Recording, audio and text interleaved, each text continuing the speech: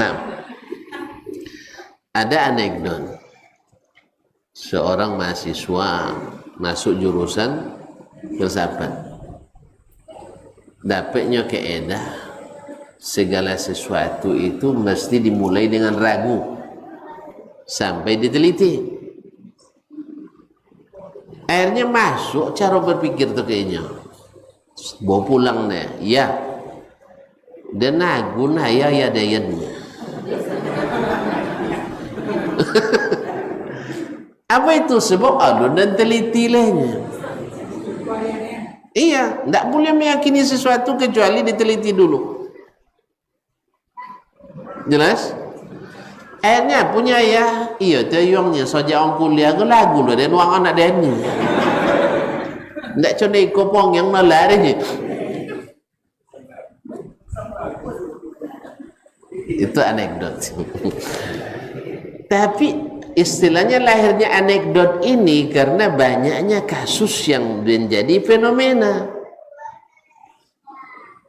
Kasus yang berkumpul 1, 2, 3 dan seterusnya, akhirnya lahir fenomena. Orang tidak mudah yakin pada sesuatu yang sangat yakin.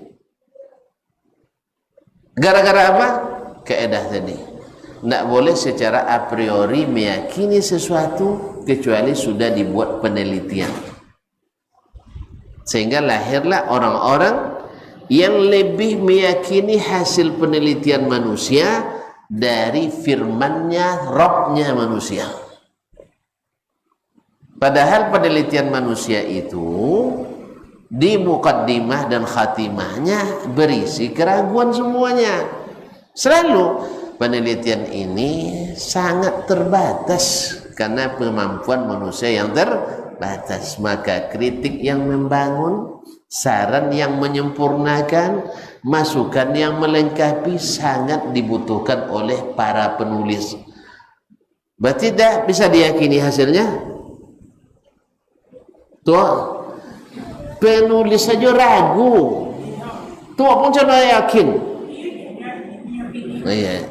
Jadi penulisnya dia ragu. Tapi subhanallah Allah baca penelitian lebih yakin daripada baca Al-Quran. Mengikuti pemikiran lebih yakin daripada mengikuti hadis-hadis Nabi Sallallahu Alaihi Wasallam. Oleh sebab itu akhirnya kita yang yang mudah-mudahan termasuk yang Allah berikan hidayah, mengatakan bahwa yang seperti itu tidak perlu untuk dimasukkan dalam pelajaran kita. Apalagi kalau digabungkan antara akidah dengan filsafat. Akidah harus yakin, filsafat harus ragu. Dan itu teori yang diadopsi oleh ilmu kalam. Tidak boleh diyakini kecuali harus sesuai pikiran. Tidak sesuai harus ditawilkan atau ditafwidkan. Apa sebab? Pikiran pasti menganalogikan, membanding-bandingkan, dan itulah filsafat itu. Filsafat itu kan hasil pengamatan dari apa yang terjadi, dan takkan pernah seteliti yang maha teliti.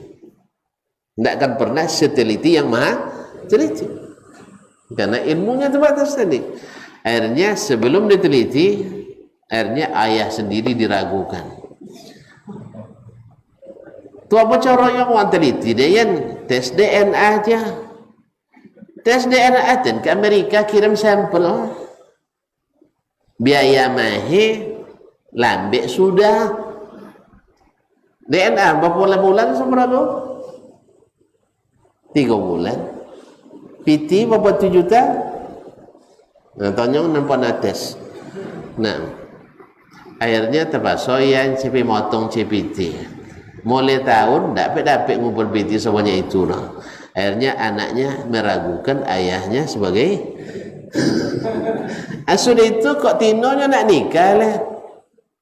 Siapa wali? Ayah yang diragukan. Makanya tidak jarang orang yang belajar itu tanpa diberikan ilmu yang benar, yang hanya didukung dengan ilmu-ilmu sampingan dan bahkan sebagian sempalan, akhirnya lahirlah orang-orang yang mengingkari kitab suci, orang yang mengingkari Nabi, orang yang mengingkari Tuhan, sampai-sampai ada spanduk kawasan bebas dan sayangnya itu terjadi di sebagian kampus keagamaan. Kalau itu terjadi di kampus umum misalnya, oke-oke sajalah karena mereka bukan belajar agama. Ini di kampus keagamaan.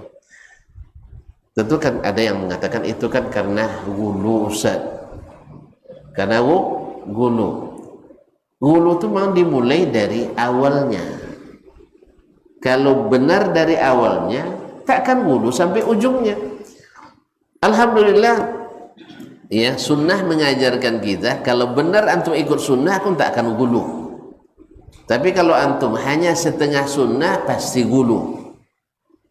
Iya, asal nampak ndak koek celana, nak koek kok kira. Itu gulu antum. Jelas? Karena Nabi menjikapi orang yang berdosa, ndak koek kok kira nah, ya selamat. Asal ndak pajang gue nak tumbuk dagu rasa. Gulu antum, karena Nabi tidak seperti itu melihat orang yang tidak melihara jenggotnya.